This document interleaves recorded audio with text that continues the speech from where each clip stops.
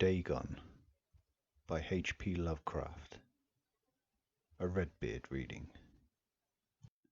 I am writing this under an appreciable mental strain, since by tonight I shall be no more.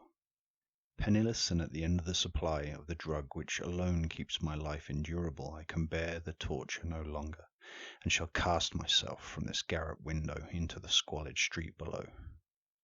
Do not think from my slavery to morphine that I am a weakling or a degenerate, for when you have read these hastily scrawled pages you may guess, though never fully realize, why it is that I must have forgetfulness or death. It was one of the most open and least frequented parts of the broad Pacific that the packet of which I was supercargo fell a victim to the German sea raider. The Great War was then at its very beginning, and the ocean forces of the Hun had not completely sunk to their later degradation, so that our vessel was made a legitimate prize, while we of her crew were treated with all the fairness and consideration due to us as naval prisoners. So liberal, indeed, was the discipline of our captors that 5 days after we were taken, I managed to escape alone in a small boat with water and provisions for a good length of time. When I finally found myself adrift and free, I had but little idea of my surroundings. Never a competent navigator, I could only guess vaguely by the sun and the stars that I was somewhat south of the equator. Of the longitude I knew nothing, and no island or coastline was in sight. The weather kept fair, and for uncounted days I drifted aimlessly beneath a scorching sun, waiting either for some passing ship or to be cast on the shores of some habitable land. But neither ship nor land appeared, and I began to despair in my solitude upon the heaving vastness of unbroken blue. The change happened while I slept. Its details I should never know, for my slumber, though troubled and dream-infested, was continuous.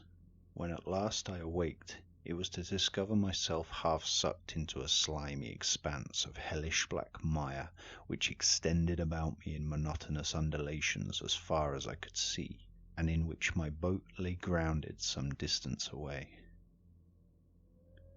Though one might well imagine that my first sensation would be one of wonder at so prodigious and unexpected a transformation of scenery, I was in reality more horrified than astonished, for there was in the air a sinister quality which chilled me to the very core. The region was putrid with the carcasses of decaying fish and of other less describable things which I saw protruding from the nasty mud of the unending plain. Perhaps I should not hope to convey in mere words the unutterable hideousness that can dwell in absolute silence and barren immensity. There was nothing within hearing, and nothing in sight save a vast reach of black slime. Yet the very completeness of the stillness and the homogeneity of the landscape oppressed me with a nauseating fear. The sun was blazing down from a sky which seemed to me almost black in its cloudless cruelty, as though reflecting the inky marsh beneath my feet. As I crawled onto the stranded boat, I realized that only one theory could explain my position. Through some unprecedented volcanic upheaval, a portion of the ocean floor must have been thrown to the surface, exposing regions which for innumerable millions of years had lain under her unfathomable watery depths. So great was the extent of the new land which had risen beneath me that I could not detect the faintest noise of the surging ocean, strain my ears as I might, nor were there any sea fowl to prey upon the dead things. For several hours I sat thinking or brooding in the boat, which lay on its side and afforded slight shade as the sun moved across the heavens. As the day progressed, the ground lost some of its stickiness, and it seemed likely to dry sufficiently for travelling purposes in a short time. That night I had slept but little, and the next day I made for myself a pack containing food and water, preparatory to an overland journey in search of the vanished sea and possible rescue. On the third morning I found the soil dry enough to walk upon with ease.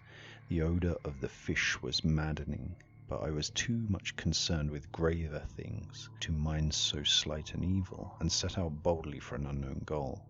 All day I forged steadily westward, guided by a faraway hummock which rose higher than any other elevation on the rolling desert. That night I encamped, and on the following day still travelled towards the hummock, though that object seemed scarcely any nearer than when I first espied it. By the fourth evening, I attained the base of the mound, which turned out to be much higher than it had appeared from a distance, an intervening valley setting it out in sharper relief from the general surface.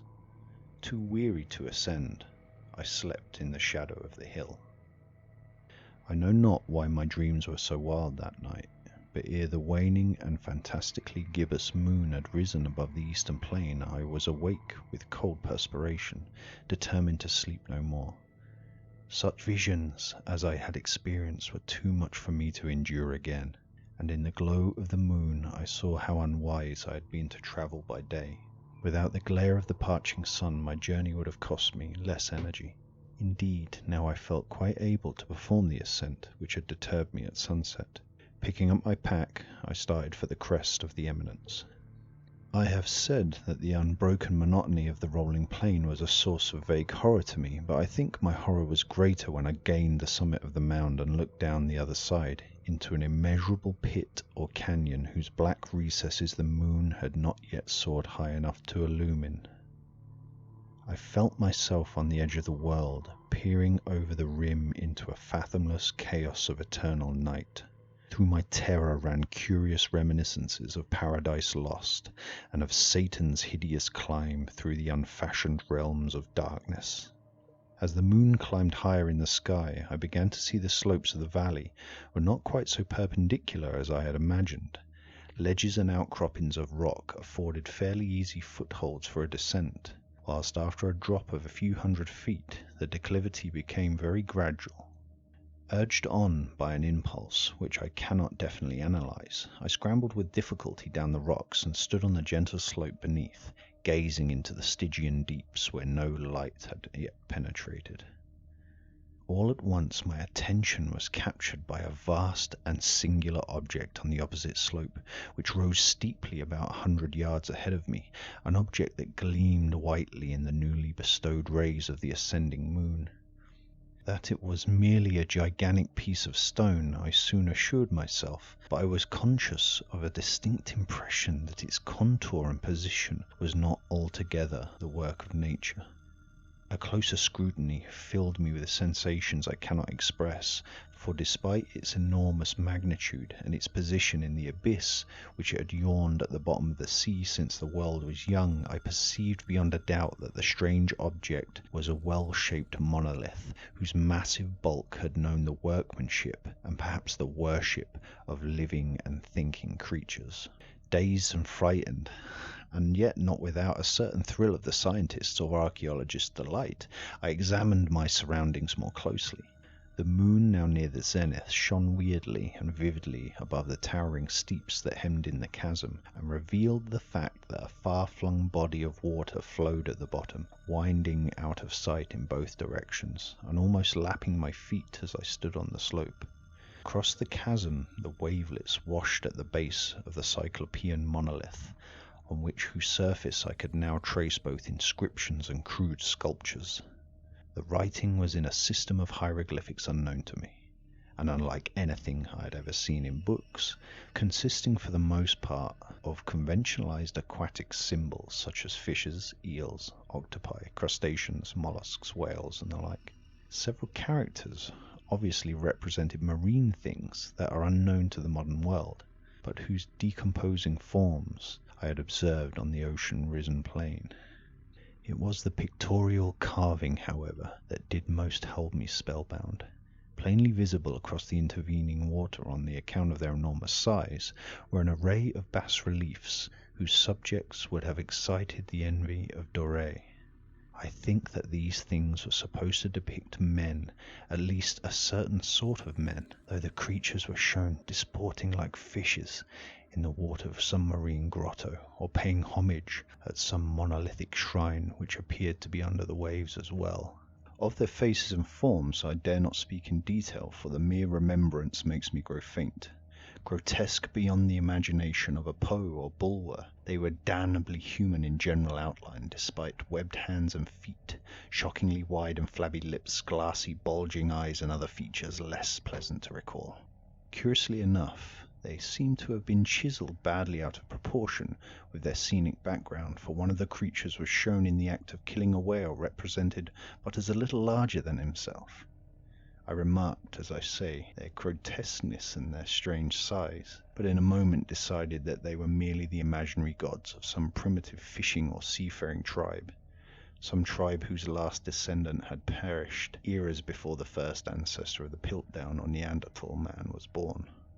Awestruck at this unexpected glimpse into a past beyond the conception of the most daring anthropologist, I stood musing while the moon cast queer reflections on the silent channel before me. Then suddenly I saw it. With only a slight churning to mark its rise to the surface, the thing slid into view above the dark waters.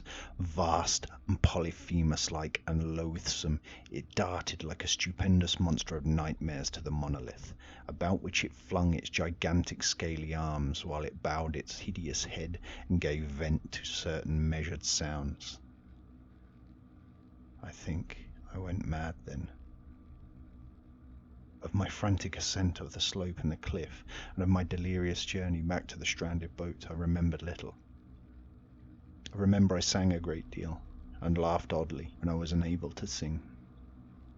I have indistinct recollections of a great storm some time after I reached the boat. At any rate, I know that I heard the peals of thunder and other tones which nature utters only in her wildest moods.